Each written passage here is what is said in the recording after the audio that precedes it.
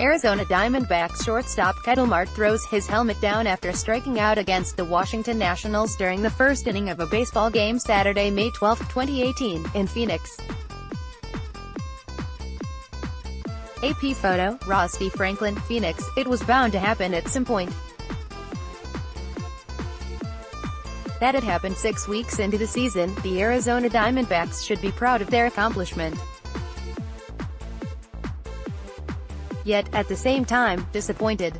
For the first time in 2018, the D-backs lost a series. Their run of success, 10 series victories and 2 ties, ended Saturday afternoon, when the Washington Nationals took a 2-1 decision from the D-backs in front of an announced crowd of 29,028 at Chase Field. The Nationals have won the first 3 games of the 4-game series. Overall, it was the D-backs' season-high 4th straight loss. It was a lack of offense that once again doomed the D-backs. Timely offense, to be specific. The D-backs had a handful of scoring chances but produced only 1 run. Give credit to Nationals starting pitcher Stephen Strasburg. He held the D-backs scoreless in 6 of the 7 innings pitched before the bullpen finished the job.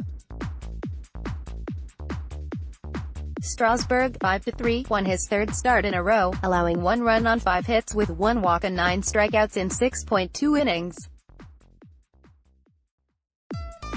He was backed by RBI from right fielder Bryce Harper and third baseman Anthony Rendon, the latter on a fielder's choice to snap a 1-1 tie. The 2 runs were both charged to D-backs pitcher Troy Scribner, 0-1. A high pitch count limited Scribner to just 3.2 innings. He walked 6 in what was his D-backs debut and first big league start since August 2017. The good held without an RBI thus far in the series. Center fielder A.J. Pollock was due, and he delivered in the 3rd inning. After a 2-out walk to first baseman Paul Goldschmidt, Pollock lined a 3-2 curveball into the left center gap. Goldschmidt, who was running on the pitch, scored easily from first base to tie the game at 1. It was Pollock's team-leading 33rd RBI. Twice the D-backs threw runners out at home plate. It happened in the 4th and 5th innings. First, second baseman Howie Kendrick on an attempted safety squeeze and then shortstop Trea Turner when shortstop Nick Ahmed fielded a ground ball and threw to catcher John Ryan Murphy, who applied the tag. The Ahmed play was among the many outstanding plays he had. Once again it was relief pitcher T.J. McFarland to the rescue. Called upon at the start of the 5th inning, McFarland shut out the Nationals over the next 3 frames, scattering 3 hits with 1 walk and 2 strikeouts. The effort lowered his ERA to 2.10. 4 times now this season McFarland has made an appearance of at least 3 innings. The bat with bases loaded and 1 out, the D-backs failed to capitalize in the 1st inning.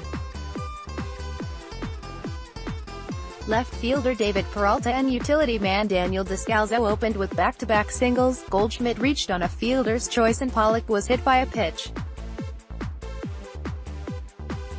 And that's where the ride ended.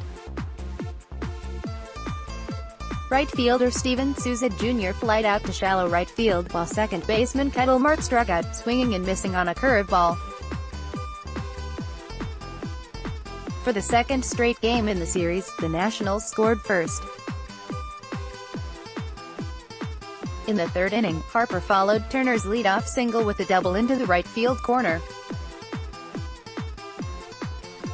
Turner motored around the bases and touched home plate well ahead of the throw to put Washington ahead 1-0.